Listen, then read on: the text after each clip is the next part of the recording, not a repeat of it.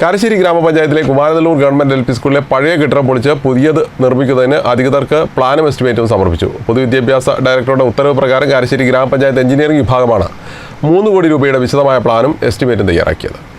Kumaranellur government LP സ്കൂളിലെ 37 വർഷം പഴക്കമുള്ള കെട്ടിടം പൊളിച്ച് പുതിയത് നിർമ്മിക്കുന്നതിനായാണ് അധികൃതർക്ക് പ്ലാനും എസ്റ്റിമേറ്റും സമർപ്പിച്ചത്.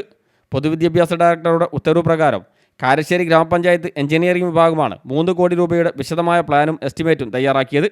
ആധുനിക മോഡിയിൽ ലിഫ്റ്റ് സൗകര്യത്തോടു കൂടിയ 3 നില കെട്ടിടത്തിൻ്റെ രൂപരേഖയാണ് സമർപ്പിച്ചത്.